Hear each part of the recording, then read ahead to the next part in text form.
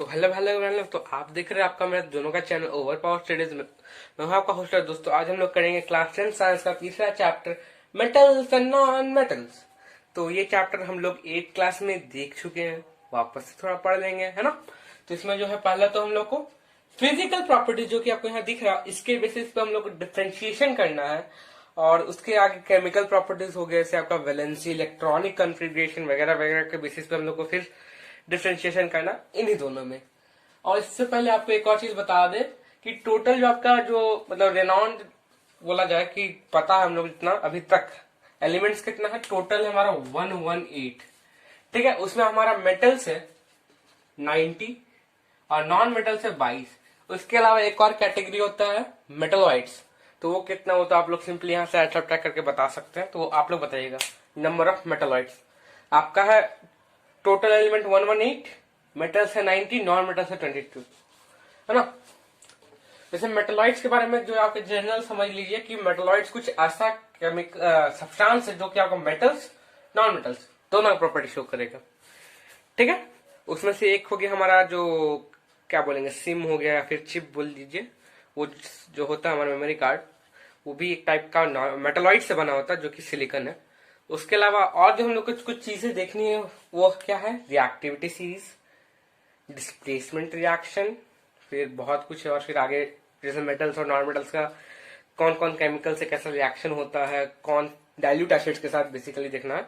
और फिर जो है कोई भी मेटल है उसका ओर से हम लोग उसको कैसे ऑब्टेन करते हैं। जैसे कि मान लेते हैं हम लोग आयरन को ऑब्टेन करते हैं, तो आयरन तो हम लोग को ऐसी नहीं ना, प्योर आयरन तो कहीं नहीं मिलता है, हम लोग अर्थ क्रस्ट से निकालते हैं, उसमें भी इम्प्योरिटीज होता है। उसको हम लोग आगे कैसे प्योरीफाई करते हैं वो चीज हम लोग को यहाँ पे देखनी है। और उसके अलावा जो उसमें जो एक मेन टॉपिक आता है वो है आपका इलेक्ट्रोलाइसिस, जो कि हम लोगों ने 8 क्लास में देखा था। तो उसको इन डेप्थ थोड़ा और देखना है यहाँ पर। तो अब स्टार्ट करते हैं हम लोग हमारे फर्स्ट टॉपिक से। बट एक और चीज उसमें है कि आपको यहाँ पे इतना आपको फिजिकल प्रॉपर्टीज में दिख रहा है, हर प्रॉपर्टी में मैक्सिमम हर प्रॉपर्टी में आपको कहीं ना कहीं कोई ना कोई एक एक्सेप्शन मिल जाएगा। ठीक है, और आगे जैसे जैसे आप बढ़िएगा ना उसके बाद आपको कुछ ऐसा चीजें मिलेंगी जैसे कि किसी चीज का एक्सेप्शन के अंदर का एक्सेप्शन होगा। यानी कि जैसे कि कोई मान लेते हैं जैसे कि हमारा कोई सब्सटेंस है तो उसका कोई एक चीज में एक्सेप्शन है, तो उसके बाद उसका कोई रिएक्शन में जैसे कि वो इस एसिड से रिएक्ट करता है तो ये चीज फॉर्म करता है, जो कि अलग चीज फॉर्म होना चाहिए था एसिड के साथ रिएक्ट करते टाइम। इन जनरल बता रहे नहीं समझ में आएगा, आगे समझ में आ जाएगा। तो वो जो रिएक्शन है, ठीक है, वो हर मेटल के साथ सेम तो नहीं होगा। तो कुछ जो मेटल है वो उसके साथ थोड़ा अलग रिएक्शन करेंगे, वो आगे समझ में आएगा। छोड़ दीजिए, अभी उतना दिमाग नहीं लगाते, यहाँ पे बढ़ते ना। तो पहले तो कंडक्शन भी है। तो मेटल जो हम लोग जानते सिंपल, जो हमारा आयरन हो गया, कॉपर हो गया, सब क्या इलेक्ट्रिसिटी कंडक्ट करता है, करता है। हीट कंडक्ट करता है, करता है। सबसे बेस्ट कंडक्टर ऑफ हीट हो गया आपका कॉपर, और बेस्ट कंडक्टर ऑफ इलेक्ट्रिसिटी हो गया सिल्वर। ये चीज आप लोग दिमाग में रखिएगा। तो मेटल्स में कंडक्शन कौन कौन, हाँ जी सब करता है। नॉन मेटल्स में बात करते हैं, प्लास्टिक ये करता है क्या, नहीं। प्लास्टिक कैसे किससे बना होता है, किससे, पेट्रोलियम से। पेट्रोलियम क्या होता है, कार्बन का फॉर्म होता है, सिंपल नॉन मेटल बन गया ना। उसके अलावा फिर और कुछ जैसे कि आपका कोल ले लेते हैं, वो आपका इलेक्ट्रिसिटी कंडक्ट करता है, नहीं। हीट कंडक्ट करता है, नहीं। हीट एमिट करता है, कंडक्ट नहीं करता, वो एमिशन हो जाएगा वहां पे, है ना। तो आपका जनरली नॉन मेटल्स नहीं करता। बट जो आपका एक एक्सेप्शन जो हम लोग को पहले से पता होता है मैक्सिमम को, हमारा जो पेंसिल लेड यानी कि ग्रेफाइट, है ना, एक्सेप्शन में, एक्सेप्शन को हम ब्रैकेट में लिख देंगे। ठीक है, फिर आपका जो डक्टिलिटी यानी कि ability to drawn into wire, है ना। तो यानी कि आपका जो भी हम लोग वायर कौन कौन सा होता है मेटल्स में, हम लोग जनरली देखते हैं सबका वायर बन जाता है। आयरन का wire, copper wire, aluminium wire, फिर सिल्वर वायर। सिल्वर का तो इतना खतरनाक वाला कैपेसिटी है कि आप अगर मान लेते 1 ग्राम सिल्वर लेते हो तो उसे 2 किलोमीटर लंबा वायर बन सकता है, समझ रहे हो, मतलब लगभग एक बाल से भी पतला वायर। तो यानी कि हमारी डक्टिलिटी है वो मेटल्स में है। नॉन मेटल्स है, अगर आप कोयला को ठोक पीट करते हो तो क्या वो वायर बनेगा, नहीं बनेगा, कैंसल। फिर मेलिएबिलिटी, जिस डक्टिलिटी था वायर का, मेलिएबिलिटी हो गया शीट का, यानी कि हम लोग उसका एक पतला सा पेपर सा शीट बना सकते हैं। तो जैसा कि हम लोगों ने पहले तो रदरफोर्ड में देखा था गोल्ड फॉइल, तो फॉइल भी तो एक टाइप का शीट बन गया। फिर एल्यूमिनियम फॉइल बहुत जगह यूज होता है, सिल्वर फॉइल आपके जो मिठाई वगैरह होते हैं वहां पर यूज होते हैं। फिर जो है हम लोग आयरन शीट तो देखते हैं कहीं ना कहीं यूज होते रहता है घर में। यानी कि मेटल्स जो है मैलिएबल होते हैं, इसका ये मैलिएबिलिटी इसका प्रॉपर्टी हो गया। और जब हम लोग मैलिएबल बोल रहे हैं यानी कि वो उसका शीट ड्रॉ होता है, इसको हम लोग डक्टिलिटी प्रॉपर्टी का नाम है। और डक्टाइल यानी कि वो है, ठीक है, this is ductile, this is non ductile, ठीक है। और नॉन मेटल्स क्या होते हैं? नॉन मेटल्स हम लोग कर देखते थे कोई कि आपका जो कोल हो गया उसको ठोक पीट करने पर क्या उसका शीट बनता है? नहीं बनता, नॉन मेटल्स नहीं होता है। अगर आप लोग जो है यहाँ पे एक एक्सेप्शन दिया हुआ ग्राफाइट, तो ग्राफाइट अगर आप ग्राफाइट तो इतना नाजुक होता है कि हम लोग हल्का प्रेशर डालते टूट जाता है ना, लिखते लिखते थोड़ा सा प्रेशर डालते टूट जाएगा। फिर आपका एक और जो है डायमंड हो गया, उसमें भी तो ऐसे वो टूटता तो है नहीं बट वो चकनाचूर तो हो ही सकता है ना एक और डायमंड से मारने पर। वो थोड़ा आगे चल गया। खैर, हम लोग का नॉन मेटल जनरली मेलिएबल नहीं होता है, ठीक है। फिर लस्टर, लस्टर यानी कि शाइन, चमक, ठीक है। तो हम लोग जैसे कि देखते हैं कि आयरन में चमक होता है क्या, पॉलिशिंग वगैरह, मतलब पॉलिश टाइप का होता है थोड़ा सा। फिर आपका यहाँ पे आपका और क्या होता है, कॉपर का अगर आप शीट वगैरह देखती हो या फिर घर में कुछ ना कुछ रहता है जैसे, तो वो सब का थोड़ा बहुत शाइन करता है। गोल्ड तो भैया बहुत शाइन करता है, लस्टरस, बहुत लस्टर है उसमें। फिर सिल्वर ही बहुत लस्टरस है ना। तो ये जो है आपका जनरली मेटल्स में आपका लस्टर होता है। नॉन मेटल्स, कोल तो काला उसमें नहीं होता है ना, तो नॉन मेटल्स जनरली नहीं होता है। बट आपको एक चीज दिमाग में आया होगा, डायमंड। डायमंड तो बहुत लस्टरस होता है, तब ना उससे ज्वेलरी बनता है। उसके अलावा एक और होता है, वो कौन सा है? आयोडीन। आयोडीन में भी लस्टर होता है, ठीक है। अब सोनारस यानी कि जो आपका टन टन टन टन जो घंटी बजाने पर टन टन टन होता है, वो वाला प्रॉपर्टी हो गया। तो इसी बात पर मेरा भी घंटी बजा दियो, यानी कि नीचे सब्सक्राइब करने के बाद जो आपका घंटी आएगा उसको दबा दियो, है ना। तो सोनोरस तो आपका कौन बेल किससे किससे बन सकता है?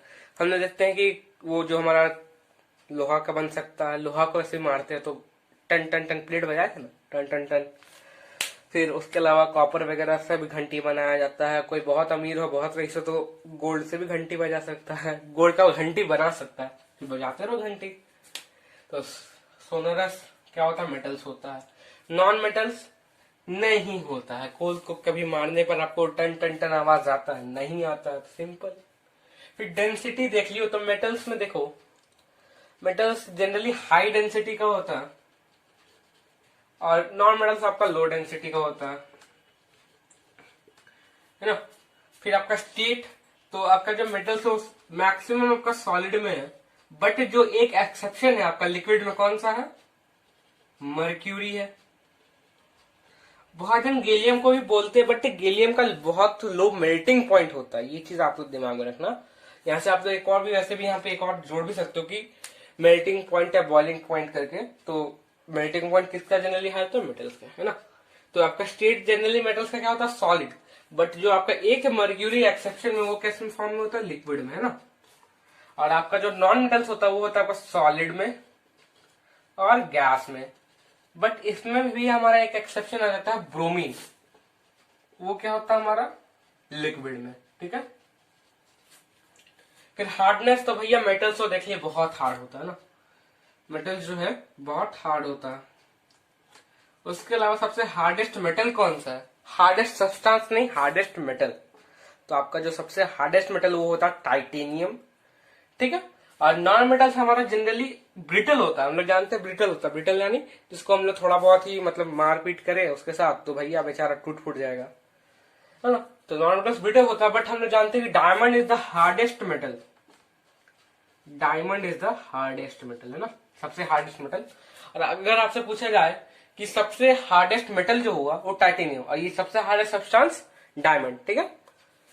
और उसके अलावा जो हमारा बॉडी में सबसे हार्डेस्ट सब्सटेंस हुआ वो है हमारा Ca3 ना, कैल्शियम फॉस्फेट होता है, Ca3PO4 whole 2, PO4 whole twice, हाँ ये है Ca3PO4 होल ट्वाइस,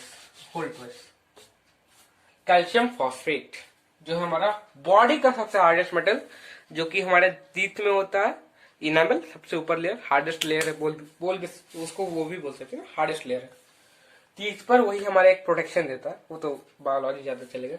ये आपका कुछ हो गया आपका फिजिकल प्रॉपर्टीज हुआ। अब हम लोग थोड़ा केमिकल प्रॉपर्टीज पर चलते हैं।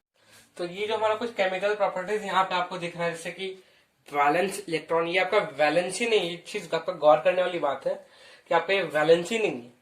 वैलेंसी तो हम लोग जानते हैं कि जितना आपका number of electrons add up होता है, जो आपका वैलेंस इलेक्ट्रॉन हुआ वो क्या हुआ आपका, कि आपका वहां पर कितना इलेक्ट्रॉन प्रेजेंट है आपके लास्ट ऑर्बिट में, वो हो गया आपका वैलेंस इलेक्ट्रॉन। उसके अलावा जो हमारा आयोन टाइप है, आयोन टाइप मतलब क्या हुआ यहाँ पे, जो आपका आयन जो किस फॉर्म में, पॉजिटिव आयन है या नेगेटिव आयन है, उसके बारे में, आयरन नहीं आयन, ठीक है। उसके बाद इसका ऑक्साइड, जैसा कि हम लोगों ने एसिड बेसिस एंड सॉल्ट वाले चैप्टर में देखा था कि मेटल्स का ऑक्साइड कैसा होता है, बेसिक, नॉन मेटल्स का ऑक्साइड कैसा होता है, एसिडिक। तो बस वही चीज थोड़ा बहुत देखना। तो वैलेंस इलेक्ट्रॉन जनरली जो है इसमें 1 2 3 होता है मेटल्स में, और जो आपका नॉन मेटल्स में जो होता है वो होता है आपका 5 4 5 6 7। ऐसे आप लोग 4 तो लिया नहीं जाता, वैसे ले भी सकते हो, तो 4 5 6 7, ठीक है। क्योंकि आपका एक और चीज है कि 4 जो है आपका कभी कभार जो है ना उसमें मैक्सिमम आपका मेटालॉइड्स पड़ता है, सिर्फ कार्बन आपका 4 में पड़ता है, ठीक है। तो इसलिए हम लोग 4 से नहीं लेते, 5 6 7 लेते हैं, ठीक है। अब बहुत जन जो है, जो अभी पीरियोडिक टेबल देख रहा होगा शायद, कि फेरस, जैसे कि हम बता रहे एक जो आपके जनरल जो चीज है आपका, कि फेरस कैसा होता है, उसको 26 इलेक्ट्रॉनिक सॉरी एटॉमिक नंबर है। तो 26 है, तो जब हम लोग इसको बांटेंगे तो 2,8,8, ठीक है, 8 8 16 2 16 2 8 2 7 18 8, ठीक है, 2,8,8,8। अच्छा, तो इसका तो वैलेंस शेल पूरा हो गया। नोबल गैस में क्यों नहीं आता ये 8 कहाँ गया, इसमें 8 नहीं दिया हुआ। तो उसका एक पर्टिकुलर रीजन होता है कि हम लोग अभी क्या पढ़ रहे हैं, के एलिमेंट। तो हम लोग का जो के एलिमेंट है वो सिर्फ 20 तक वैलिड होता है, उसके आगे अगर आप जाते हो तो आपका के एलिमेंट कहीं कहीं फॉल्स होता है, ठीक है।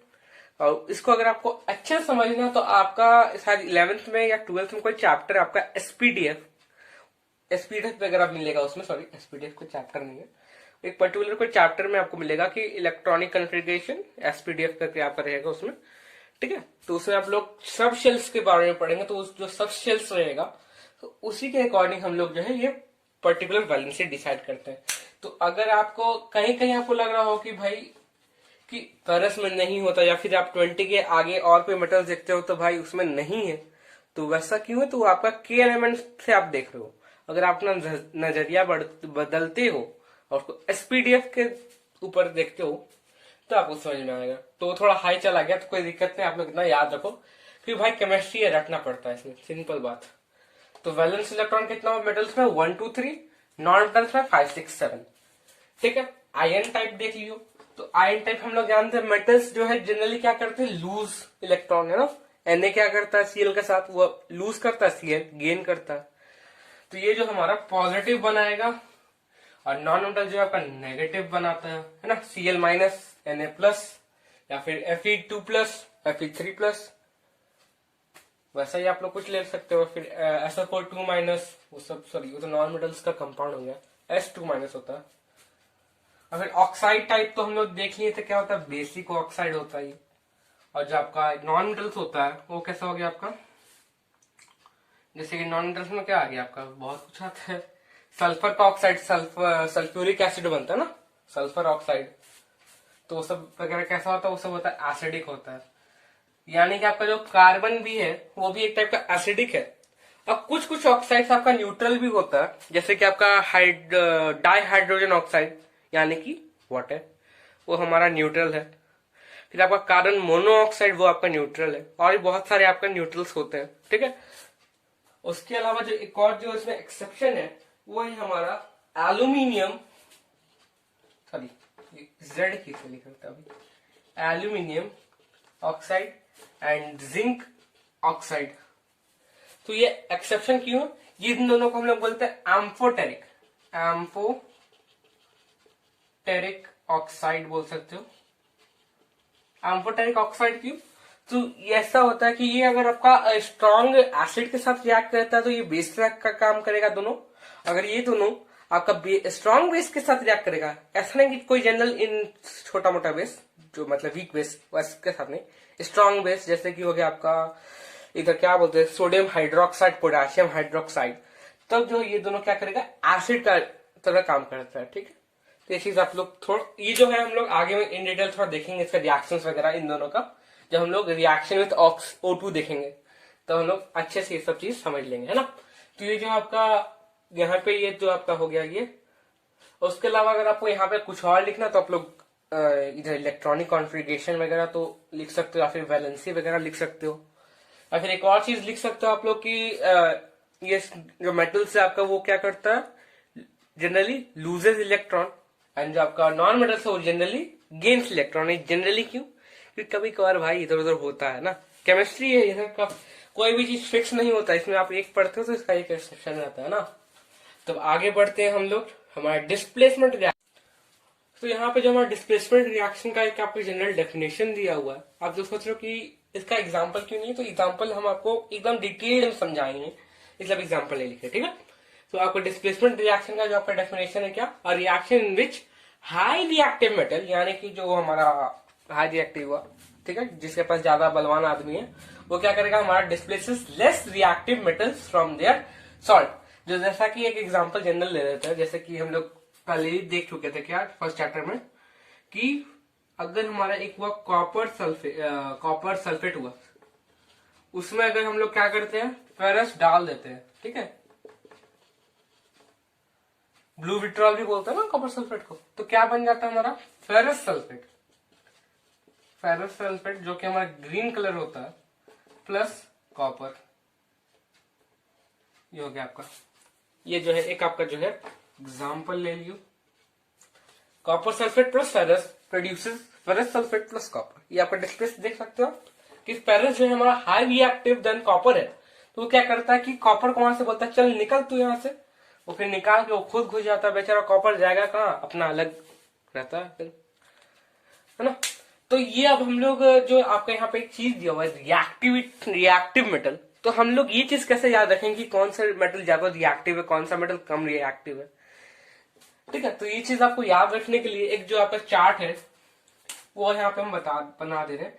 तो उसके लिए जो हमारा एक जनरल जो हम एक डेफिनेशन बोल सकते हो या नेमोनिक्स बोल सकते हो, वो क्या है, तो अब हम लोग करने वाले हैं मेटल्स एंड नॉन मेटल्स का रिएक्टिविटी सीरीज। तो अब ये सब देख के तो बहुत जन सोच रहा है रिएक्टिविटी सीरीज में केमिकल का नाम होना चाहिए, क्या लिखा हुआ है, कैटरीना, नेकार, मांगी, ऑल्टोजेन, फरारी, फिर भी क्यों मिली उस सिल्वर ऑडी। ये चीज क्या लिखा है बहुत जन को समझ नहीं आया होगा और बहुत जन को पता होगा कि जब हम लोग 8 में जब ये सब डिस्प्लेसमेंट रिएक्शन पढ़ा करते थे तो बहुत जन ये सब सीखा होगा शायद याद करने के लिए, है ना। तो ये बेसिकली है क्या, ये एक निमोनिक्स है जिससे कि हम लोग क्या करते हैं वो याद करते हैं। अब हम लोग को ऐसे ही पता है बहुत सारे निमोनिक्स होता है केमिस्ट्री में, जैसे कि कुछ निमोनिक्स हमारा पीरियोडिक टेबल को याद करने के लिए होता है। उसमें से एक लाइन जो सबसे अच्छा लगता था, बेटा मांगे कार स्कूटर बापरू, ऐसा कर कुछ था ना, ऐसा सेकंड लाइन था ना शायद, बहुत लोगों को याद होगा नहीं भी होगा क्या पता। अभी तो इसके बाद चैप्टर तो पीरियोडिक टेबल ही है, मतलब इसके बाद तो बात कार्बोनिक कंपाउंड के बाद लास्ट चैप्टर केमिस्ट्री का हमारा पीरियोडिक टेबल ही है, तो उसमें सारा हम लोग निमोनिक्स देखने वाले हैं वैसे भी। ठीक है, तो कैटरीना, तो यहाँ पे देखियो पहले इसका फर्स्ट लेटर देख लो, तो कैटरीना में हमारा के आता है, तो के से क्या कौन सा केमिकल बनता है, के से पोटेशियम होता है ना। तो सेकंड देखो कैटरीना ने, तो ने पूरा ही उठा लेते हैं, तो ने में क्या हो गया Na, Na मतलब सोडियम। ठीक है, कार में Ca ले लियो, तो Ca मानी कैल्शियम।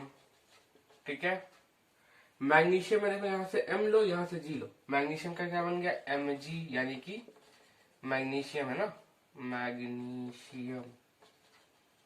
ठीक है, ऑल्टो में देखो Al उठा लो, Al फॉर एल्यूमिनियम, अब हम लिख रहे थे। ठीक है, जिंक में Zn, तो Zn यानी जिंक बन गया हमारा।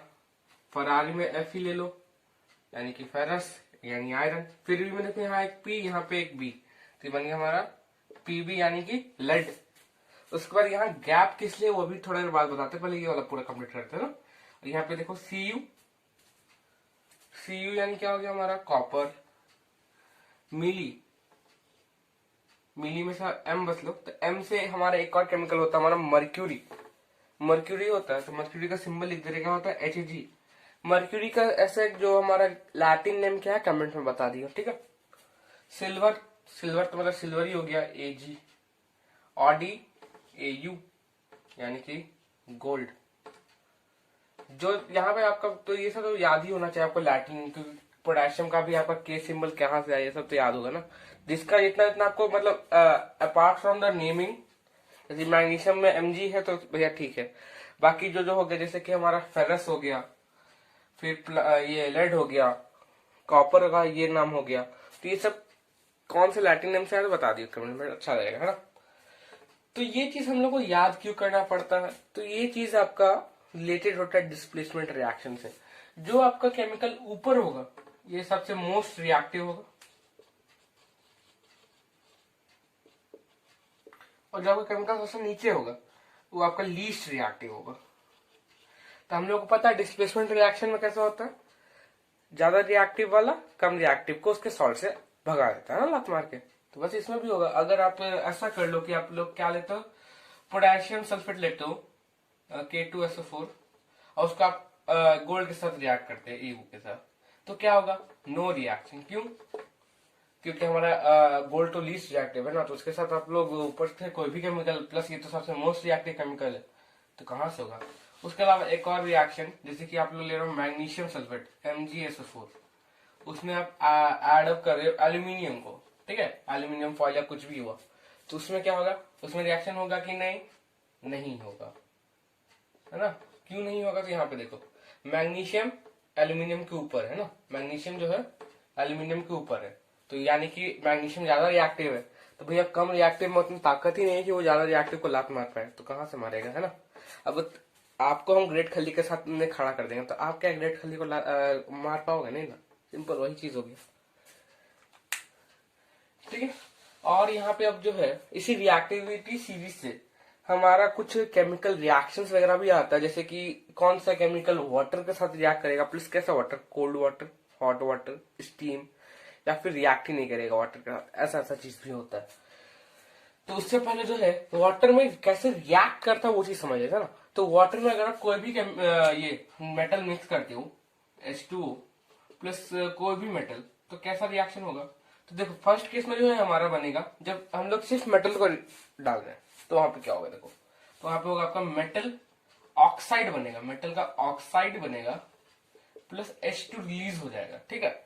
अब यहाँ पे देखो उसी के आपका तुरंत बाद कौन सा रिएक्शन होगा, अब आपका मेटल ऑक्साइड भी तो पानी में ही है, तो आपका क्या करेगा, मेटल ऑक्साइड आपका फिर से H2O के साथ रिएक्ट करेगा, आपको क्या बना देगा, अब मेटल ऑक्साइड प्लस H2O कौन सा रिएक्शन कर देता है, हाइड्रोक्साइड बनाता है ना, तो आपका बन जाएगा मेटल हाइड्रोक्साइड। और इसमें अब क्या निकलेगा आपका, इसमें आपका कुछ नहीं निकल, केमिकल नहीं रिलीज होता है आपका, ठीक है। अब इसको आप लोग अगर जनरल एक एग्जांपल के थ्रू समझना चाहते हो तो ऐसे ले लो कि आपके पास Na है, आपने उसको क्या किया, पानी में डाल दिया, ठीक है। जनरली वैसे रिएक्ट करता नहीं है, हायर रिएक्टिव कर जाता है, ठीक है, जैसे कि Na रिएक्ट करता है आपका वाटर के साथ, ठीक है। वो कौन कौन रिएक्ट करता है वो सब दिखने वाले हैं भी, तो कुछ कुछ मेटल्स रिएक्ट करता है, उसमें एक Na भी आता है, तो Na आपका वाटर में क्या करेगा, पहले तो बनाएगा आपका क्या, sodium oxide plus H2 release हो जाएगा, ठीक है।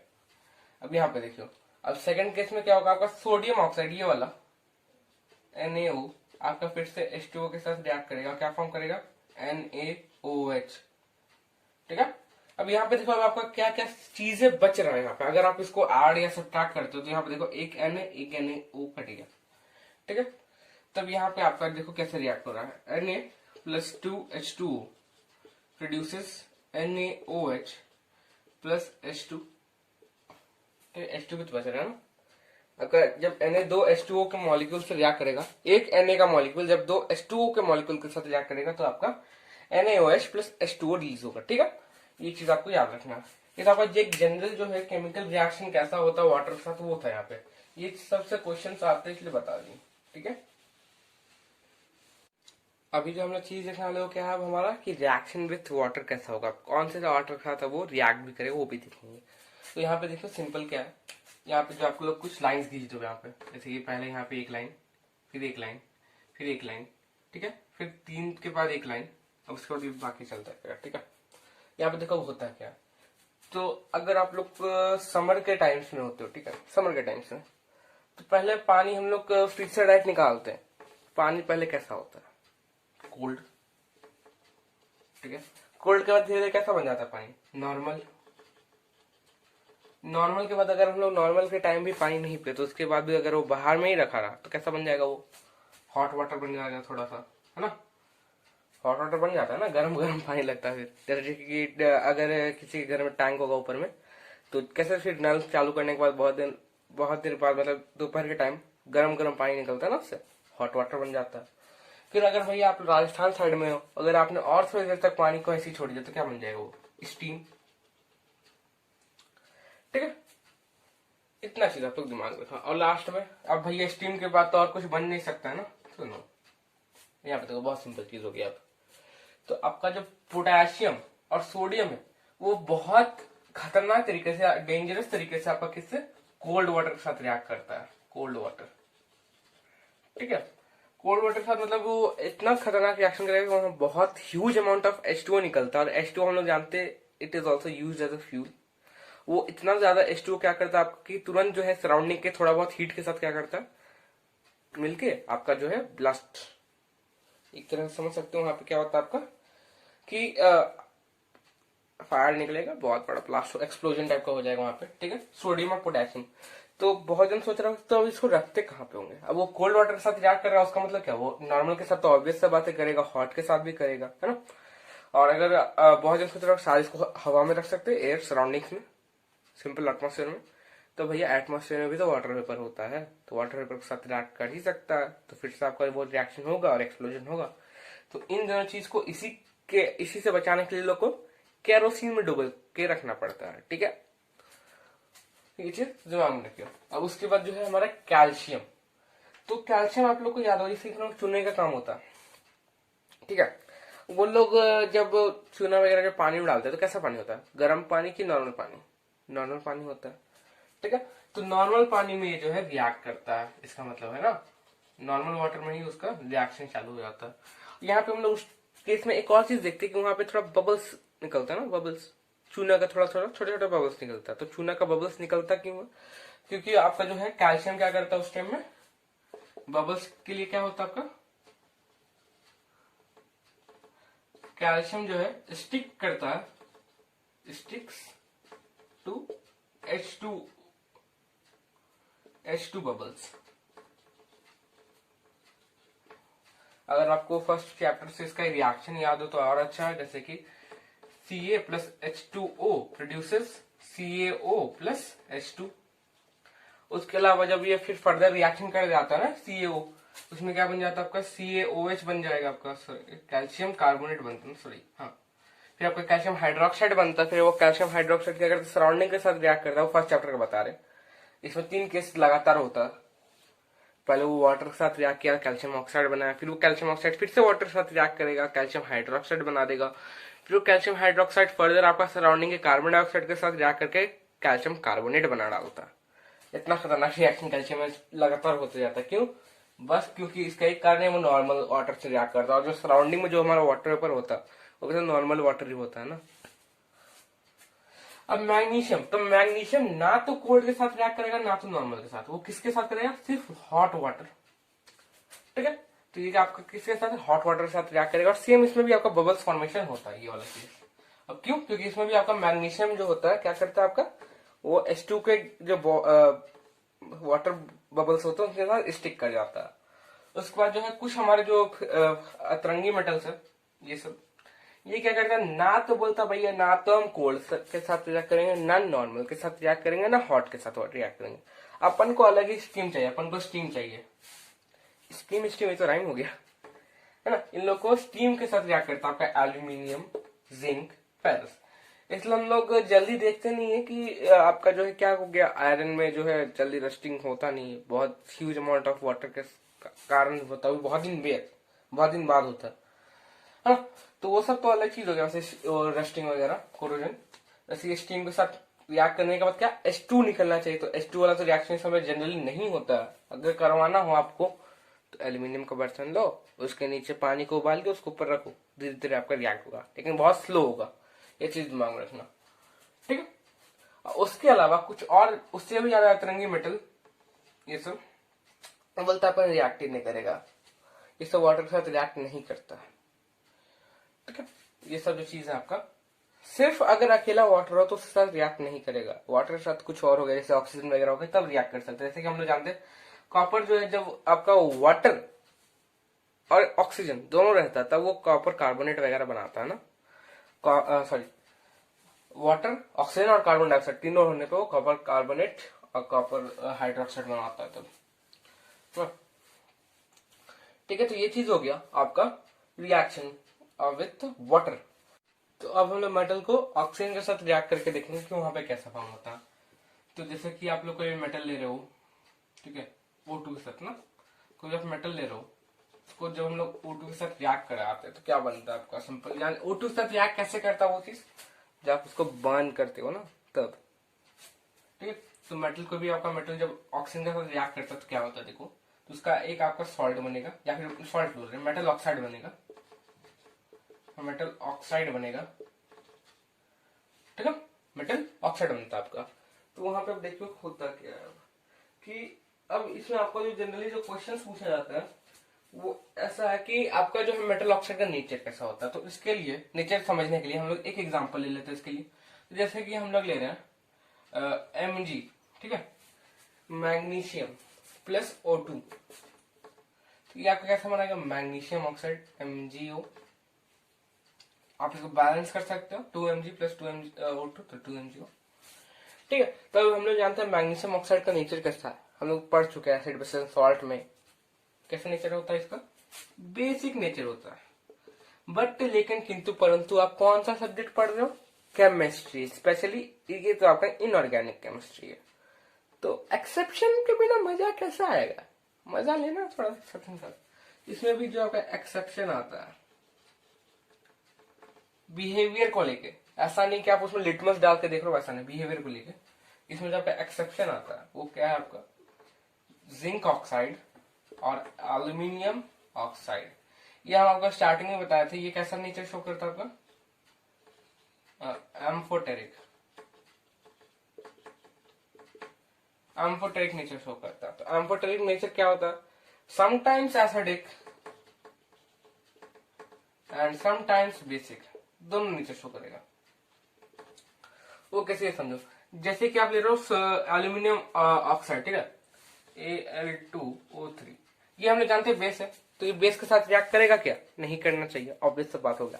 इसमें हम लोग क्या मिक्सअप कर देते, तो एक स्ट्रॉन्ग बेस मिक्स कर दो, जैसे कि स्ट्रॉन्ग बेस हो गया आपका NaOH। तो जब आप इसको सोडियम एल्यूमिनियम ऑक्साइड को सॉरी सोडियम हाइड्रोक्साइड से साथ मतलब मिक्स करते हो तो क्या बन जाता है आपका, sodium aluminate NaAlO2 plus H2 release हो जाएगा आपका, सॉरी H2O बन जाता है, H2 बोल रहे H2O बनेगा ना, थोड़ा रिएक्शन हो जाएगा दिमाग में। यहाँ पे आपका देख लियो बैलेंस है क्या, Na 1 2 3 1 2 3 1 4 Al2 है, तो यहाँ पे आपका 2 बन जाएगा और क्या। तो उसके बाद आप लोग इसको बैलेंस कर लियो है ना, बैलेंस करना इजी है। अब यहाँ पे बैलेंस करने जाएंगे तो और टाइम लग जाएगा। तो यहाँ पे आप देख लियो, यहाँ पे आपका कैसा रिएक्शन हो रहा है, न्यूट्रलाइजेशन, आपका एक सॉल्ट फॉर्मेशन हुआ, फिर एक आपका वाटर भी आया ना। हम लोग जनरली न्यूट्रलाइजेशन का क्या जानते हैं फॉर्मूला, मतलब रिएक्शन कैसा होता है न्यूट्रलाइजेशन, क्या आपको कोई भी एक एसिड एक बेस के साथ रिएक्ट करेगा, उसके बाद एक सॉल्ट फॉर्म करता है और प्लस H2O फॉर्म करता है ना। यहाँ पे देखिए ये आपका जो है, अब यहाँ पे आपका एसिड का तरह वर्क कर गया, क्या क्या Al2O3 जो है आपका सोडियम हाइड्रोक्साइड के साथ मिक्स किया तो आपका सोडियम एल्यूमिनेट बना, इसको हम लोग सोडियम एल्यूमिनेट बोलते हैं, NaAlO2, ठीक है, ये आपका सोडियम एल्यूमिनेट है प्लस वाटर। तो ये आपका न्यूट्रलाइजेशन रिएक्शन यहाँ पे शो कर गया। तो इसका मतलब ये आपका एल्यूमिनियम ऑक्साइड फॉर NaOH, ये आपका कैसा नेचर है इसका, एसिडिक, ठीक है। अब ये भैया आप चलो ये मतलब एक्सेप्शन में मान लेते हैं कि अगर ये एम्फोटेरिक है तो एम्फोटेरिक में बस हम लोग एसिडिक इसका नेचर शो कर पाए, बेसिक नेचर भी तो शो करना। तो बेसिक नेचर शो करने के लिए और एक चीज होता है हमारे पास, वो क्या है हमारा कि अगर हम लोग इसी चीज को एक स्ट्रॉन्ग एसिड, तो सबसे स्ट्रॉन्ग एसिड लिख लेते हैं HCl, स्पेशली 6HCl के साथ रिएक्ट करता है, ठीक है, जनरली कम HCl के साथ में 6HCl के साथ। तो उस इन दैट केस क्या बनेगा आपका एल्यूमिनियम क्लोराइड यानी कि AlCl2 Cl3 sorry AlCl3 plus H2, ये रिएक्शन होता है आपका, ठीक है। अब आप लोग इसको बैलेंस कर सकते हो वैसे, ठीक है। तो यहाँ पे देखिए अभी आपका कैसा रिएक्शन कर रहा है, ये आपका एसिड है हम लोग जानते हैं, ये कैसा रिएक्शन शो करेगा आपका बेसिक। तो इसी के लिए वो अब जो है आपका sometime acidic sometime basic, so it's is called amphoteric. तो ये हो गया आपका कुछ चीजें, और फिर आपका बाकी सब तो जनरली हम लोग जानते हैं Cu जो है वो के साथ रिएक्ट करके कॉपर ऑक्साइड बनाता है।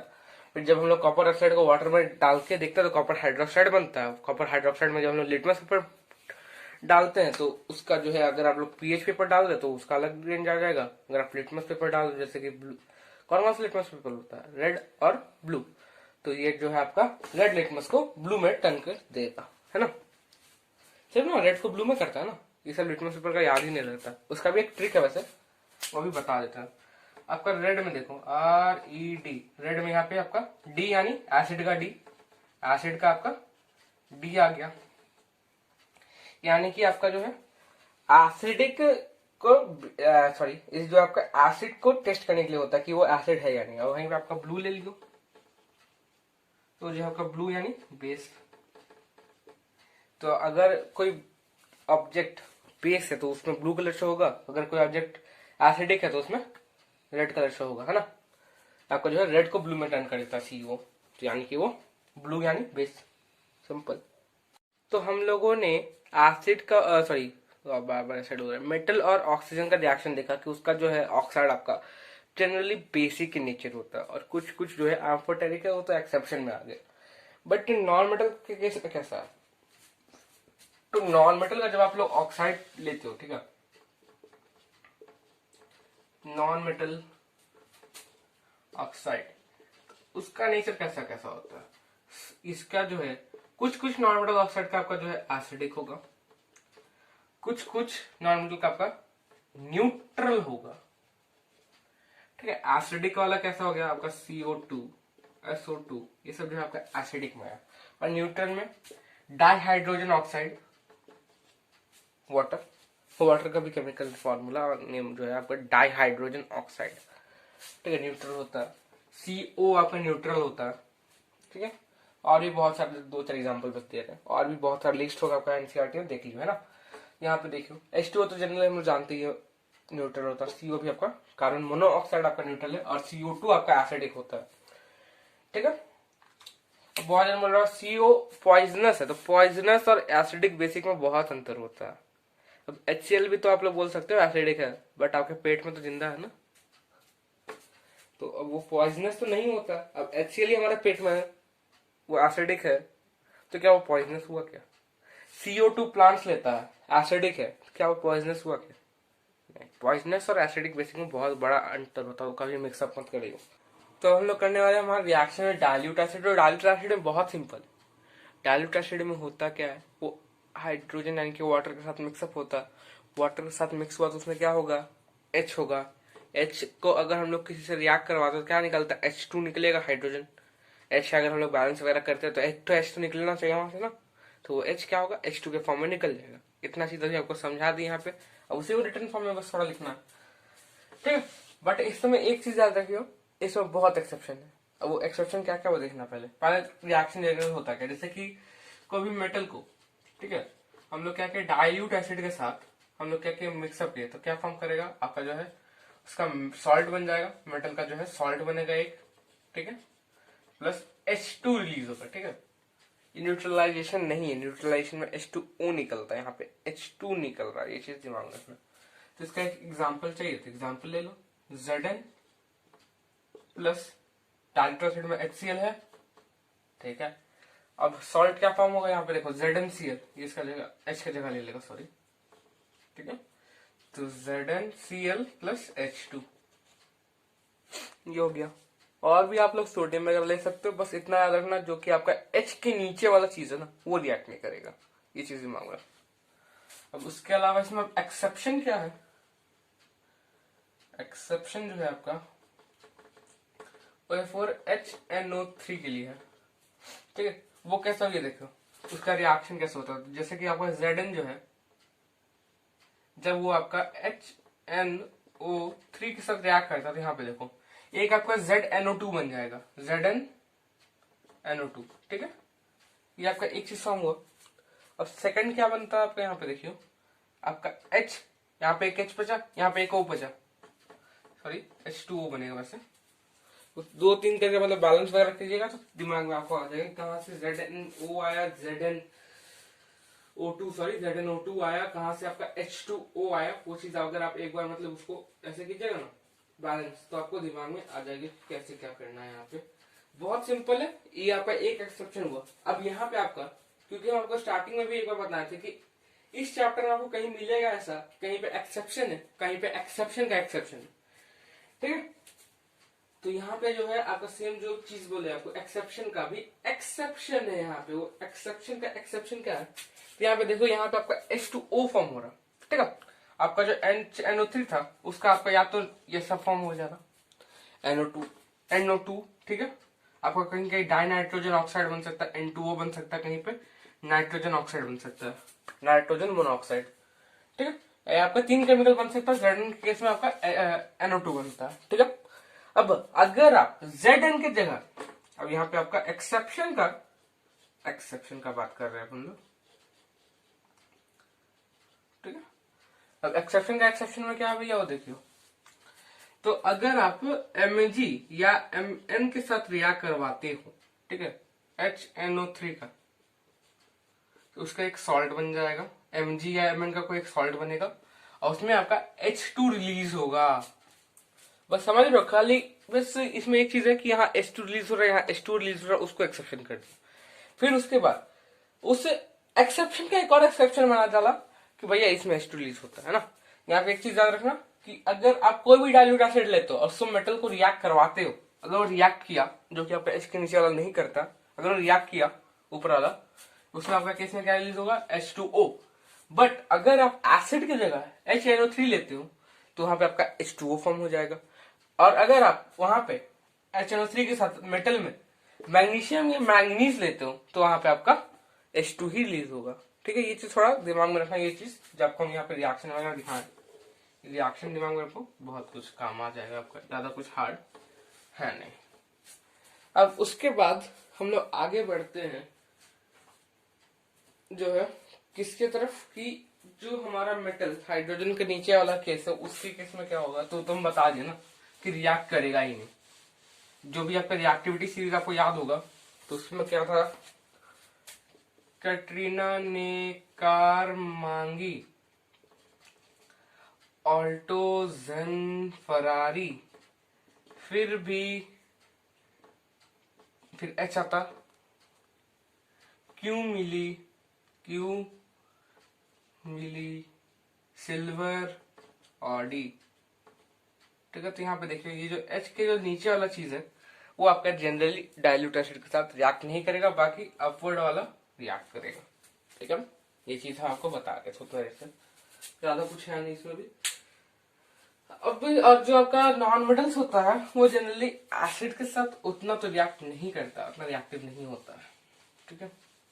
कुछ इक्का दुक्का होता है रिएक्ट करता है, वैसे एसिड का उतना, नॉन मेटल का उतना हम लोग को रिएक्शन देखना भी नहीं है। तो आगे जो केस है, अब हम लोग भैया किसका किसका देख लिया, मेटल का ऑक्सीजन के साथ, मेटल का एसिड के साथ, मेटल का अब किसके साथ देखेंगे, नॉन मेटल के साथ। अच्छा बात है ना। और नॉन मेटल का भी नॉन मेटल के साथ देख लेते हैं, क्या जाएगा। और आपका जो है मेटल प्लस मेटल, ठीक है, नो रिएक्शन।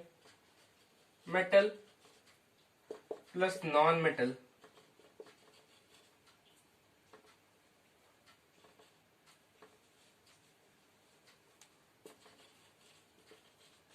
रिएक्शन होगा, बट इसमें जो आपका सॉल्ट फॉर्म होगा वो कैसा होगा आपका, आयोनिक कंपाउंड होगा। आयोनिक कंपाउंड पता ना, जिसमें आपका जो है पॉजिटिव नेगेटिव बनता है कंपाउंड, वो दिखा देंगे। अभी इसका एग्जांपल देख लेते हैं, आपको समझ में आ जाएगा। ठीक है, आयोनिक कंपाउंड। तो जनरली आपका आयोनिक कंपाउंड होता क्या, उसके एग्जांपल से समझ में आ जाएगा। जैसे कि आप Na लेते हो, उसमें Cl ऐड करते हो। ठीक है, ठीक है, जैसे कि आप 2Na लिए और Cl2 ले रहे हो, तो हम लोग जब यहाँ पे रिएक्शन होता है तो हम लोग को पता है Na का हमारा प्लस चार्ज होता है और Cl का माइनस चार्ज। अब यहाँ पे क्या करता है आपका, Na अपना एक इसको डोनेट किया, ऐसा समझ लियो ना कि आपका Na है, उसका आउटर शेल दिखा, तो आउटर शेल में एक इलेक्ट्रॉन है। इसको बैलेंस करने के लिए आपको जो है इसका इनर शेल में तो 8 चाहिए ना, तो इसका बाकी जो 2 शेल है, जैसे कि यहाँ पे 2 है, यहाँ पे अगले वाले में 8 है। ठीक है, शो नहीं कर रहे, हम बस आउटर शेल को आपको बता रहे हैं। तो यहाँ पे जो आपका Na है, उसका आउटर सेल में एक इलेक्ट्रॉन है, और जो Cl है कितना होता है आउटर सेल में, 7। 1 2 3 4 5 6 7। तो इसको बैलेंस करने के लिए एक अपने से निकालना होता है, इसको बैलेंस करने के लिए एक अपने अंदर लेना होता है। ये क्या करता है, थोड़ा जनरली डोनेट कर देता, जाओ भैया तुम खुश रहो ना, तो हम बाटा बाटी भी नहीं, तुम ले लो, जाओ हम पन को नहीं चाहिए, तुम ले लो, ऐसा केस होता है यहाँ पे। तो इंडार्ट के साथ क्या होता है, ये आपका आयोनिक कंपाउंड फॉर्म हुआ। और यहाँ पे आपका जो है एक, जब यहाँ पे देखो ये Na प्लस बन गया, यहाँ Cl माइनस हो गया, यहाँ पे एक स्ट्रॉन्ग इलेक्ट्रोस्टैटिक फोर्स जनरेट हो जाता है प्लस माइनस के कारण। तो वो इलेक्ट्रोस्टैटिक फोर्स के कारण क्या हो गया आपका, वो दोनों चिपक के स्ट्रांगली बाउंडेड होता है, ये चीज दिमाग में रखना। ठीक है, तो इसका एक एग्जाम्पल हो गया। इसमें क्या फॉर्म करेगा आपका, NaCl।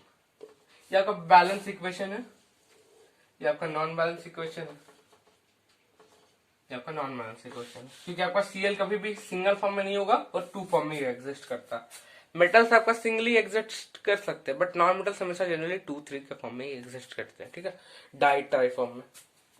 ये तो हो गया मेटल प्लस नॉन मेटल। अब एक बार non metal plus non metal देख लेते हैं। Non metal plus non metal, तो यहाँ पे भी आपका रिएक्शन होगा। बहुत जन सोच रहे कि मेटल मेटल रिएक्ट नहीं करेगा, नॉन मेटल रिएक्ट नहीं करेगा, बट आप जानते हो CH4 होता है, CH4 में C non metal, H non metal, CO2 होता है, C non metal, O2 non metal, और आपका बहुत सारे केमिकल्स है, SO2 S PO4, बहुत कुछ होता है ना। तो इंडैट के साथ का होता है, यहाँ पे भी आपका सॉल्ट फॉर्म करेगा। वो सॉल्ट ऐसा होगा, कोवेलेंट कंपाउंड होगा, कोवेलेंट कोवेलेंट कंपाउंड, यानी आपका इलेक्ट्रॉन का डोनेशन नहीं हो रहा, इलेक्ट्रॉन आपका यहाँ पे डोनेट नहीं किया जाएगा, यहाँ पे आपका इलेक्ट्रॉन शेयर होगा। ठीक है, जैसे कि आप लोग देख लियो, सबसे इजी एग्जांपल लेते हैं H2O का। ठीक है, यहाँ पे देख लियो, जब आपका एक H रहता है, ठीक है, इसके पास एक इलेक्ट्रॉन है। ठीक है, अब इसको क्या चाहिए कि ये किसी के साथ एक इलेक्ट्रॉन शेयर कर दे, तो भैया ये अपना भी 2 पूरा कर सकता है, दूसरा का भी 2 पूरा करेगा। अगर उसका लास्ट ऑर्बिट में कुछ होगा ही नहीं तो भैया खतरनाक बन जाएगा ना। ऐसे ऐसे चलता है, वो H के केस में सब चलता है ना। अच्छा जान दो, वो सब बात वो हायर क्लासेस का चीज हो गया, थोड़ा जान दो उसको। अब यहाँ पे समझ लियो, जैसे कि आपका एक H हो गया, ठीक है, इसको हम लोग क्या करते हैं, O के साथ रिएक्ट करवाते हैं, एक O के साथ। O का लास्ट शेल में कितना होता है, O का पैसे atomic number, hydrogen, helium, lithium, beryllium, boron, carbon, nitrogen, oxygen, 8। हम भी भूल गए थे। ठीक है, तो 8 यानी कि फर्स्ट शेल में 2 हो गया, लास्ट शेल में आपका जो है 6 होगा, 1 2 3 4 5 6। अब यहाँ पे देखो H क्या करेगा, एक जो है इसके साथ शेयर करेगा, यानी कि आपका कुछ इस टाइप से, आपका अगर आप उसका मॉलिक्यूलर स्ट्रक्चर देखने जाओगे तो कुछ इस टाइप का आपका स्ट्रक्चर बन जाएगा। ये जो आपका कुछ इस टाइप से, यहाँ बीच में एक इलेक्ट्रॉन रहेगा, यहाँ H, यहाँ O, इसका 1 2 3 4 5 6। अब यहाँ पे देखो, इसका तो एक पूरा हो गया, ठीक है, इसका एक पूरा हो गया कंप्लीट, H का पूरा हो गया, O का लेकिन एक और इलेक्ट्रॉन चाहिए O को ना, उसका में तभी साथ ही हुआ। इसका में पूरा 2 हो गया, कंप्लीट हो गया, शेयरिंग हो रहा ना, मतलब कि मेरे पास भी है तेरे पास भी है, होता है ना, कहीं पानी वगैरह शेयर करते हो, यानी क्या एक के पास पानी है तो हम भी पी रहे, वो भी पी रहे। और यहाँ पे जैसे कि आपको कोई भिखारी वगैरह मिल गया और आप जो आगे निकल जाते हो तो उसमें क्या करते हो, आप अपना पानी वगैरह उसको दान दे देते हो। ठीक है, तो वो चीज हो गया आपका आयोनिक कंपाउंड वाला। और जब आपका दोस्त के साथ हो तो भैया तू भी लेगा मैं भी लेगा, कहानी माथा खराब नहीं करने का ना, तो बस उसमें शेयरिंग होता है। तो वो चीज हो गया आपका। तो यहाँ पे आपका वैसे एक हाइड्रोजन के साथ शेयरिंग हुआ, तो इसका हाइड्रोजन का ड्यूप्लेट पूरा हो गया, बट ऑक्सीजन का ऑक्टेट अभी तक पूरा नहीं हुआ। उसके बाद 7 हुआ, 6 से 7 बना। उसको और क्या चाहिए, और अगर वो एक और हाइड्रोजन को बुला ले तब देखियो। तो अब यहाँ पे देखो, अब ये हाइड्रोजन का भी आपका देखो, इसके पास एक प्लस उसके पास का एक भी इसके पास आ जाएगा, तो यहाँ पे आपका 2 पूरा हो जाएगा।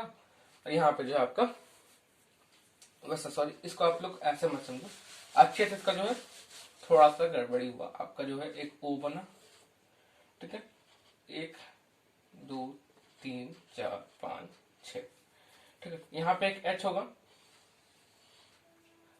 यहाँ पे आपका 1, यहाँ पे इसका 1, यहाँ पे देखो इसका भी 2 हो गया, इसका भी 2 हो गया। अब यहाँ पे सेम चीज करते हैं, यहाँ पे भी, यहाँ पे H, यहाँ पे इसका एक और हो गया, ठीक, 2H2O, ठीक है। सिंपल है, ये आपका जो है आयन कोवेलेंट कंपाउंड बोला जाता है। या फिर आपका CH4 लिखना तो CH4 भी देख लो, जैसे कि C हो गया, उसके साथ आपका 4H। C का वैसे आउटर शेल में 4 इलेक्ट्रॉन होता है, क्यों? C का आपका एटॉमिक नंबर 6 है, तो आउटर शेल में 4। आप लोग इलेक्ट्रॉनिक कॉन्फ़िगरेशन देख लियो उसका। यहाँ पे देखो, अब यहाँ पे कैसे होता है आपका, पहले तो यहाँ पे एक H के साथ एक बॉन्ड बना इसका। अब यहाँ पे C के पास 5 हो गया, H के पास अब H अपना ठीक है, H खुश, उसका हो गया डुप्लीट पूरा। अब उसको डोनेशन का जरूरत नहीं, मतलब शेयरिंग का जरूरत नहीं है, तो वो अपना साइड में, ठीक है। अब वहां पे आपका वापस C के केस में देख लेते हैं। तो C में देखो एक और H चाहिए, लेकिन उसका तो अभी 5 हुआ था ना, अब यहाँ पे एक और H ले लिया, तो ये H तो खुश हो गया कि भैया मेरा पूरा हो गया, बट C अभी भी उदास है, बोलता भैया मेरा तो प्यास नहीं बुझा, हमको तो किसी और से पानी मांगना पड़ेगा। तो वो किसी और से पानी मांगने जाता है एक और H के पास, तो वो H भी उसको थोड़ा सा पानी दे देता है। तो वो H तो अपने खुश, वो H जितना पानी पीना था पी लिया, और वो C को पिया, अब बोतल में पानी खत्म हो गया, तो वो और किसी के पास जाता है कि भैया हमको प्यास लगा, थोड़ा सा पानी मिलेगा क्या? तो पानी मांगने के लिए एक और H के पास जाता है, जब वो उस H से पानी ले लेता है, पी लेता है, तो उसका प्यास बुझ जाता है ना।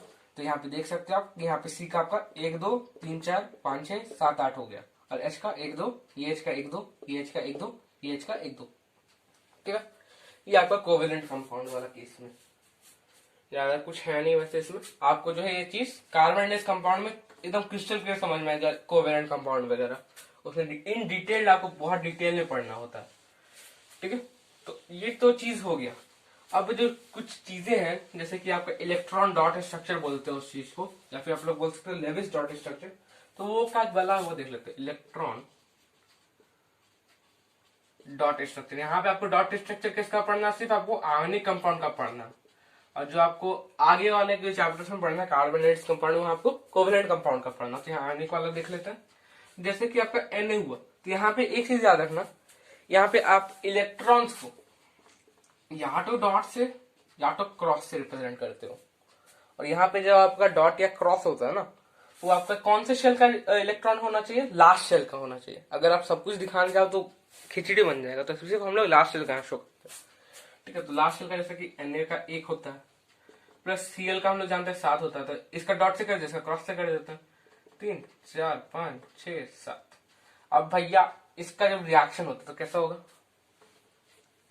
Na क्या करेगा, डोनेट कर देगा, Na 0 बन गया।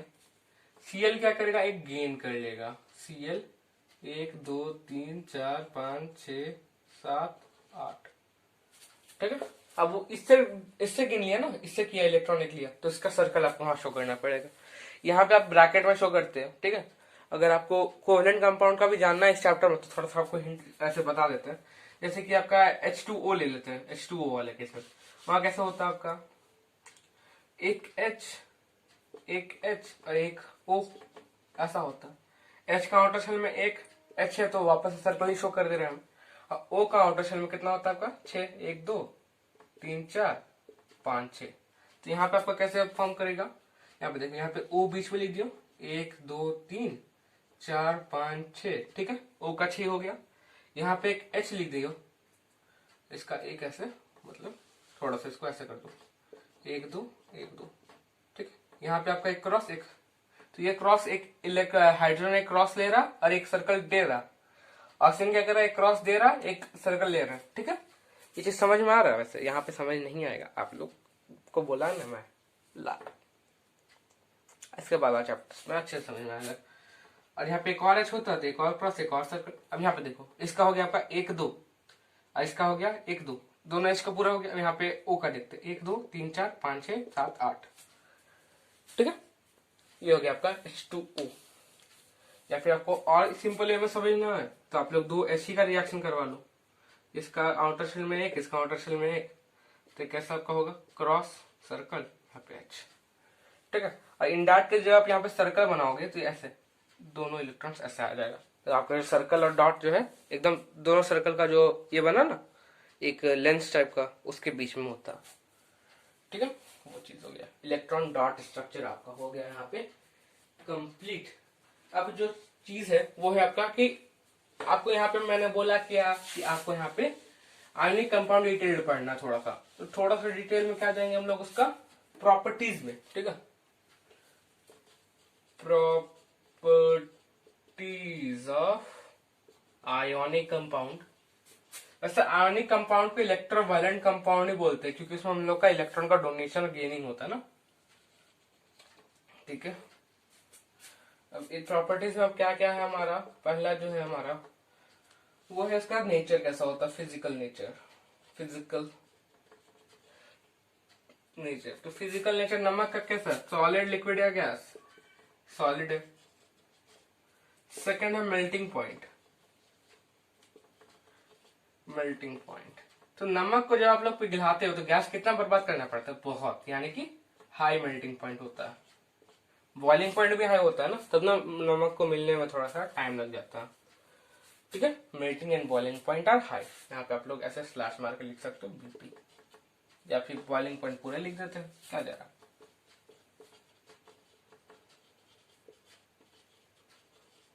ठीक है। ये जो है उसका हाई होता है। उसके अलावा इसका सॉल्युबिलिटी कैसा होता है, सॉल्यूबल है कि नहीं, सॉल्युबिलिटी, तो हाँ भैया ये तो हमारा सॉल्यूबल है, आराम से मिल जाता है, ठीक है। बट यहाँ पे भी है आपका क्या, जो कि जो आपका वाटर में मिक्स होगा वो पेट्रोल केरोसिन में मिक्स नहीं होगा, जो आपका पेट्रोल केरोसिन में मिक्स होगा वो वाटर में नहीं होगा, ये चीज दिमाग में रखना, ठीक है। वैसे आप ये चीज को आप सिंपली और डिफ्रेंशिएशन कर सकते हो, पेट्रोल और वाटर या फिर ऑयल और वाटर आपका मिक्स होता है, नहीं होता है, तो जो चीज वाटर में सॉल्युबल है वो वहां नहीं होगा, जो ऑयल और पेट्रोल वगैरह में सॉल्युबल है वो वाटर में नहीं होगा, ठीक है। और जो हमारा अब यहाँ पे चौथा और आखिरी जो यहाँ पे होगा, इसका कंडक्शन कैसा होता है। नमक ही हमारा इलेक्ट्रोलाइटिक सॉल्यूशन था, हम लोग पहले स्टार्टिंग वाला जब हम लोग इलेक्ट्रोलाइटिक सेल वगैरह बनाते थे 8th क्लास का। अच्छा, बहुत दिन सोचता हूँ कि हम बार बार 8th क्लास 9th क्लास की इस क्लास में था उस क्लास में था, ऐसा क्यों बोलते हैं, तो भैया इसलिए बोलते हैं क्योंकि अगर आप लोग उस चीज को पढ़ लिए होते तो शायद थोड़ा सा आसान पड़ता, एकदम इजीली समझ में आता, इसलिए हम बताते हैं। और ऐसा नहीं कि आपको हम आपका गलती बता रहे हैं, आप उस बता रहे हैं कि आप जब आगे जाओ तो आपके जो जूनियर्स हो उनको ये गलती मत करने दियो, इसलिए बताते हैं, ठीक है। अब गलती हो गया तो उसको सुधार तो सकते हैं नहीं, टाइम मशीन बनाकर, डोरेमोन है नहीं हमारे पास कि वो अपना पॉकेट से निकालेगा टाइम मशीन और लो नोबिता जाओ पीछे पास्ट में अपना पास सुधार के, वैसा नहीं ना होता। बस जो आपके बाद वाली जो क्लासेस है उनको बता दियो एक बार कि भाई पढ़ ले, मस्ती होती रहेगी, पढ़ ले, साइड में मस्ती चलता है सबका, हम भी सबको मस्ती करते हैं, उसमें क्या, अपन भी मस्ती लो, मस्ती खोरी में कमी नहीं है भाई अपने स्कूल में, सबको मस्ती खोर है अपना। कंडक्शन होता है, गुड कंडक्टर होता है ये, ठीक है। अब आप लोग बोलोगे कि सॉल्ट कहाँ कंडक्ट करता है, तो आप लोग को अभी पता चलने वाला है सॉल्ट कैसे करता है। इलेक्ट्रोलाइटिक सॉल्यूशन आपको बताएं, इलेक्ट्रोलाइसिस में आपका सॉल्ट कंडक्ट करेगा। ये चीज दिमाग में रखो कि जिसमें भी आपका आयंस फॉर्म हुआ है तो यानी कि वहां कहीं ना कहीं तो फ्री चार्ज एग्जिस्ट कर रहा है ना।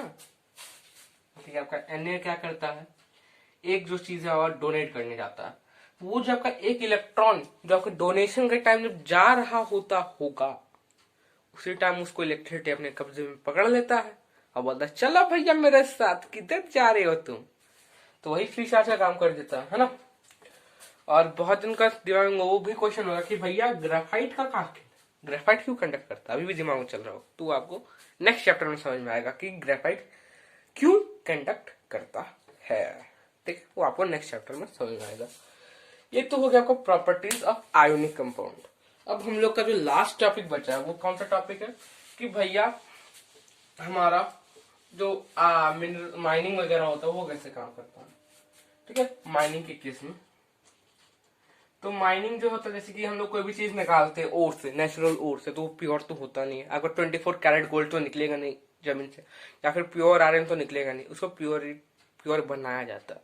तो उसके लिए कौन कौन सा आपका जो है प्रोसेस होता है, उससे पहले क्या है आपका प्रोसेस क्या होता है, प्रोसेसेस से पहले जो है हमारा कुछ चीज है वो जो आपको जो कुछ टर्म्स आपको आना चाहिए। जैसे कि उसमें आपको मिलेगा मिनरल्स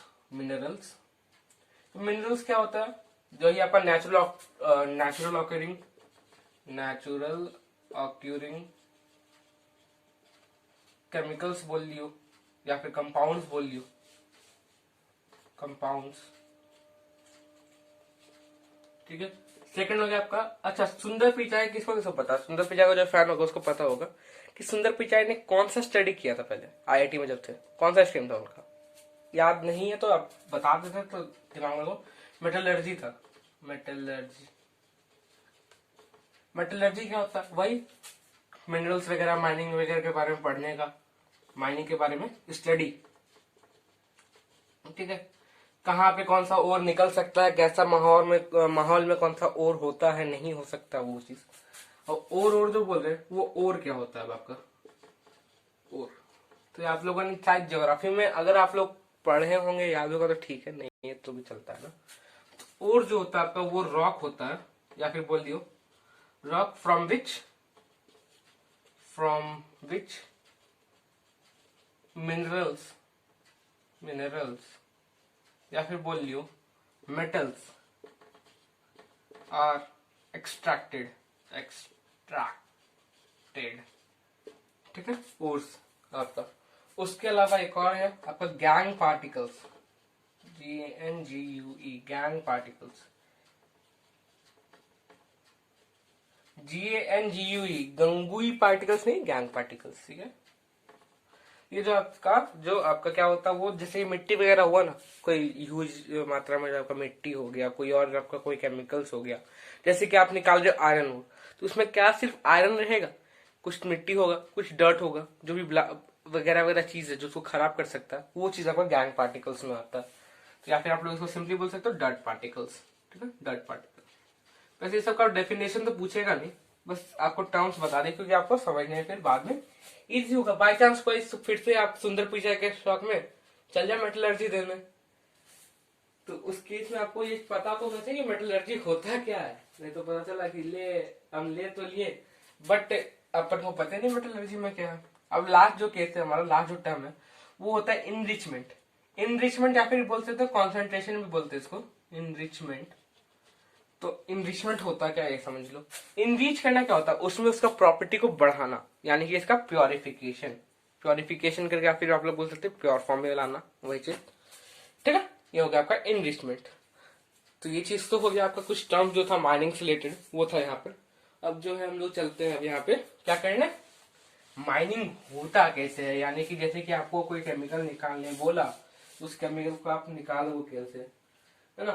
तो इसके लिए आपको जो सबसे पहले तो उसका कोई भी, जैसे कि आप आयरन निकाल रहे तो आयरन और होगा, जिंक निकाले तो जिंक का और होगा, कोई एल्यूमिनियम निकालो एल्यूमिनियम और होगा, गोल्ड का और होगा, वगैरह वगैरह और होगा। यानी कि आपका स्टार्टिंग में जो पुरानी है वो और होगा। तो अब देखो और कितना टाइप्स का हो सकता है, हम लोग मेटल्स कितना टाइप का पढ़े थे यहाँ पे। एक था हमारा हाईली रिएक्टिव, सोडियम पोटेशियम वगैरह वगैरह। एक था मिडिल वाला रिएक्टिव, जैसे कि आपका ये हो गया जिंक हो गया, एल्यूमिनियम हो गया, आयरन हो गया, वो आपका मिडिल में आ गया, जो मॉडरेट रिएक्टिव होता है। और फिर जो है आपका लीस्ट रिएक्टिव, गोल्ड सिल्वर वगैरह वगैरह। तब वहां पे आपका वो तीनों को यहाँ पे लिख देते पहले तो आ गया हमारा मोस्ट रिएक्टिव, है ना, मोस्ट रिएक्टिव। सेकंड जो है हमारा मॉडरेट, थर्ड जो है हमारा लीस्ट। हम रिएक्टिव नहीं लिख रहे, एक बार रिएक्टिव लिखे थे ना, बस ठीक है। अब यहाँ पे देखो मोस्ट रिएक्टिव, लीस्ट रिएक्टिव में एक सेम प्रोसेस रिपीट होता है जो आपका मॉडरेट में। तो मॉडरेट वाले पे आप लोग क्या करते हो, पहले मॉडरेट वाले में क्या होगा आपका, वो आपका जो है रिएक्टिविटी उसका अच्छा खासा होगा। जैसे कि आप लोग मान लेते हैं कोई कि जिंक Zn, जिंक हो गया, ठीक है। अब इन दैट केस आगे हम लोग को क्या करना है उसमें, तो जैसे कि आपका यहाँ पे मॉडरेट रिएक्टिव में दो टाइप का आपका उसका कंपाउंड मिल सकता है। जैसे कि आपका हो गया, एक हो गया आपका जिंक सल्फाइड, एक हो गया आपका जिंक कार्बोनेट, ठीक है। अब यहाँ पे आप दो प्रोसेस करते हो। अगर आपका सल्फर वाले फॉर्म में हुआ तो वहां पे आप लोग रोस्टिंग करते हो। रोस्टिंग यानी तंदूरी चिकन नहीं बनाना है, यहाँ पे आपको रोस्टिंग करना है। रोस्टिंग का मतलब क्या हुआ, बर्निंग विदाउट O2, ठीक है। यहाँ पे आप रोस्टिंग करते हो।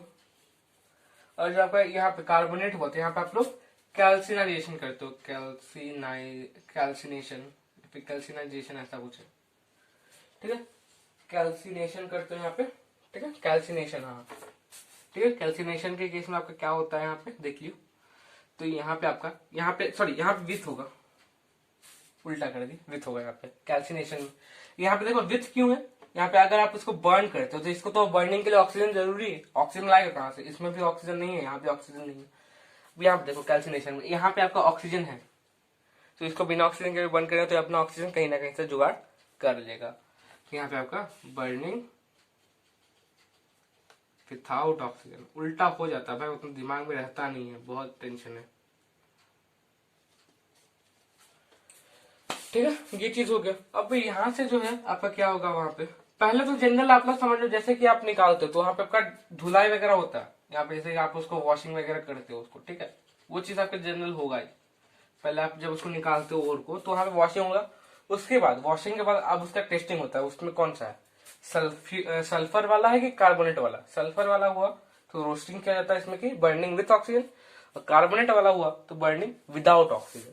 अब यहाँ पे देखो, यहाँ पे क्या होगा आपका, अब इसमें हम लोग क्या किए, ऑक्सीजन को एडअप कर दिया ना, बर्निंग में क्या होता है ऑक्सीजन उसमें एडअप हो जाता है।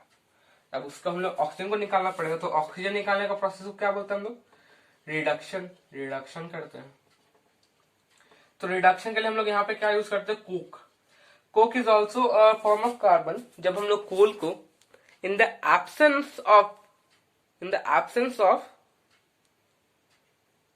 ऑक्सीजन को बंद करते हैं, ठीक है, in the absence of oxygen को उसको हीट अप करते हैं, तो वहां पे कोक फॉर्म होता है। और कोक का जो है ना आपका, वो बहुत ही अच्छा, मतलब वो कोल में इतना सारा पॉल्यूशन होता है, कोक में उतना पॉल्यूशन भी नहीं होता, ठीक है। और कोल जो है मतलब जलेगा, कोक जो है कोल से बहुत खतरनाक मात्रा में हीट अप देता है। जैसे कि आप इतना कोल ले रहे हो और इतना कोक ले रहे हो ना, सेम हीट इतना में निकलता है, समझ रहे हो कितना हो गया। तो यहाँ पे रिडक्शन होता है कोक का, कोक से आपका रिडक्शन होता है प्रोसेस।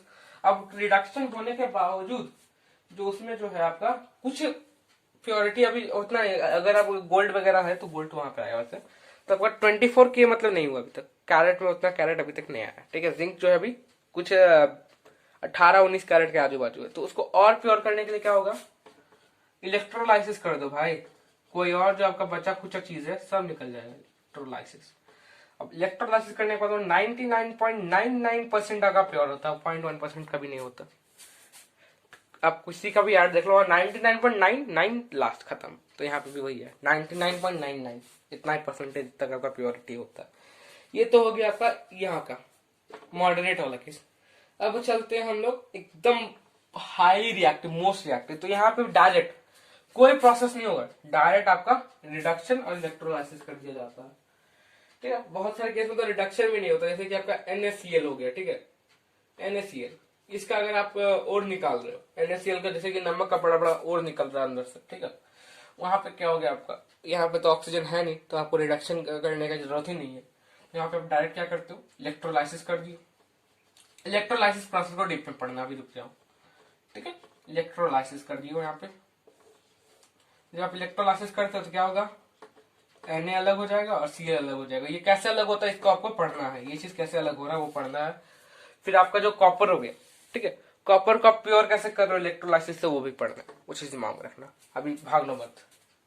ये तो हो गया आपका मोस्ट रिएक्टिव। और लीस्ट रिएक्टिव में क्या होता है आपका, तो लीस्ट रिएक्टिव आपका जो है जनरली आपका वो CS के साथ मिलता है, जैसे कि CuS कॉपर सल्फाइड, ठीक है, ये सब के फॉर्म में मिलता है। सिंपल क्या करो, रोस्टिंग प्रोसेस करो, रोस्टिंग के बाद रिडक्शन होगा, रिडक्शन के बाद इलेक्ट्रोलाइसिस हो जाएगा, ठीक है, एज सिंपल एज दैट, इससे खतरनाक कोई नहीं बता देगा, ठीक है। आपका जो लीस्ट रिएक्टिव है वो CuS, ठीक है, ये आपका लीस्ट रिएक्टिव आपका S के साथ मिलेगा, मॉडरेट S और CO3 दोनों के साथ मिलेगा, और मोस्ट में आपको कुछ हो भी सकता है, नहीं भी, जनरली नहीं होता क्योंकि बहुत रिएक्टिव होता तो खतरनाक वाला चीज के साथ ही रिएक्ट करे। जैसे कि आपका Na जो है उसका जो है बहुत रिएक्टिव होता है, और Cl उतना ही रिएक्टिव आपका जो है नॉन मेटल हो गया, तो दोनों रिएक्ट करके आपका एक अच्छा खासा कंपाउंड बना देता है, जो कि हमारा कॉमन सॉल्ट है ना, कॉमन सॉल्ट बोलते हैं ना उसको।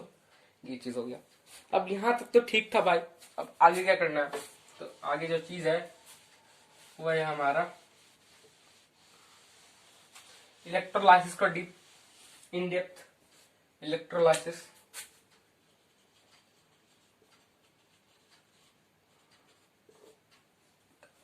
वो इलेक्ट्रोलाइसिस के लिए आपको इलेक्ट्रोलाइटिक सेल आना चाहिए बनाने।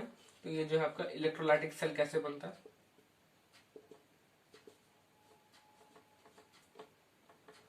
तो इनको याद होगा ये वाला क्या हम बना रहे हैं वैसे, या फिर क्या क्या होने वाला है वो याद होगा, नहीं भी है तो चलो यार आज सीख लो वापस, क्या जा रहा है। जिंदगी में उतार चढ़ाव होते रहता है, ये चीज भी सब सीखते जाते हैं, भूलते जाते, नया कुछ नहीं है, ठीक है।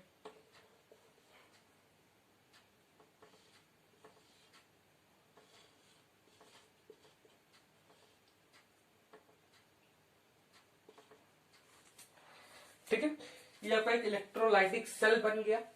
ऐसे क्या इसमें अभी इलेक्ट्रिसिटी पास होगा क्या, अभी अंदर पास हम यहाँ पे, सॉरी यहाँ एक और यहाँ पे एक चीज भूल गया, बैटरी ना, हाँ ये आपका इलेक्ट्रोलाइटिक सेल हो गया। इसको पावर नहीं मिलेगा तो कहां से जाएगा, ठीक है। तो यहाँ पे ये चीज देखो, अब यहाँ पे क्या यहाँ से अभी पास होगा क्या, यहाँ पे अब जो है आपका H2 है, एकदम डिस्टिल्ड H2 है, H2, तो क्या यहाँ से अभी इलेक्ट्रिसिटी पास होगा क्या, ना नहीं होगा। यहाँ पे जब तक आपका डिस्टिल्ड रहेगा तब इसका मतलब क्या, पूरा प्योर है, उसमें आपका ना तो कोई फ्री चार्ज एग्जिस्ट करता ना कुछ एग्जिस्ट करता।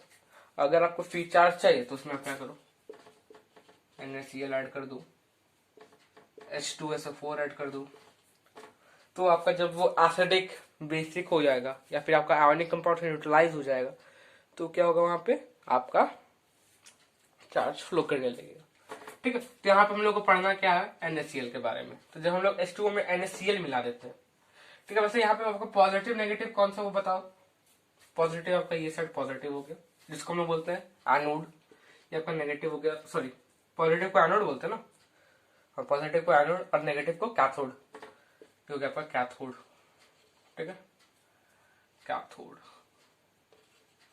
तो यहाँ पे देखो होता क्या है, जब आपका इलेक्ट्रिसिटी यहाँ से निकला,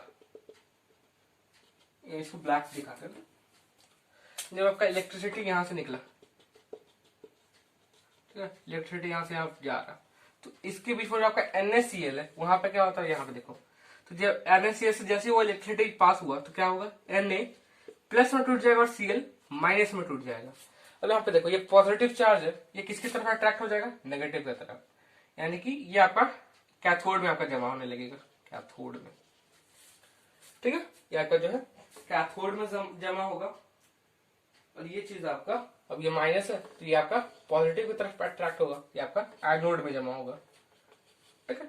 फिर आपका आप लोग जब ऑब्जर्व करोगे इसको, अगर आप लैबोरेटरी में करोगे तो क्या मिलेगा आपको कि कैथोड और एनोड धीरे मोटा हो रहा है, ठीक है, थोड़ा बहुत आपको देखने को मिलेगा। तो वहीं आपका Na क्या करेगा, वहां पे जाएगा, और वहां पे मतलब ढेर सारा आपका Na जाएगा ना, सिर्फ एक Na तो जाएगा ना, ढेर सारा Na प्लस जाएगा वहां पे, ठीक है। तो दो Na प्लस मिलकर आपका मतलब Na बन जाएगा सिंपल। आप आपका Cl माइनस, सिर्फ एक Cl माइनस हो जाएगा नहीं, ढेर सारा Cl माइनस जाएगा, तो तुम क्या करेगा, Cl माइनस और उसमें Cl माइनस आपका कोवेलेंट कंपाउंड बना लेगा, और क्या बनाएगा आपका Cl2 बना देगा, ठीक है, ढक्कन गिर गया। अच्छा ठीक है, तो ये हो गया आपका इलेक्ट्रोलाइटिक सेल। उससे हम लोग कैसे, अब हम लोग क्या करते हैं यहाँ पे, प्योरिफिकेशन, प्योरिफिकेशन, हाँ प्योरिफिकेशन ही हो गया ये आपका इलेक्ट्रोलाइसिस में। तो ये चीज हो गया। अब यहाँ पे सेम केस होता है हमारा कॉपर वाला। तो कॉपर का केस जो हम थोड़ा सा देख लेते हैं, प्योरिफिकेशन ऑफ कॉपर। ठीक है, प्योरिफिकेशन ऑफ कॉपर। तो ये होता क्या है समझो, जैसे कि आपको पता, अच्छा ये चीज करने के लिए आपको एक चीज पता होनी चाहिए, क्या कि कॉपर में कौन सा आपका चार्ज होता है। ठीक है, कॉपर में अगर उससे इलेक्ट्रोनेगेटिव पास करते कौन सा चार्ज फॉर्म करेगा, Cu2+ या फिर Cu+। ठीक है, ये चार्ज आपका फॉर्म होता है। तो यहाँ पे अब हम लोग पहले इसका इलेक्ट्रोलाइटिक सेल का जो बेसिक स्ट्रक्चर है वो बना देते हैं।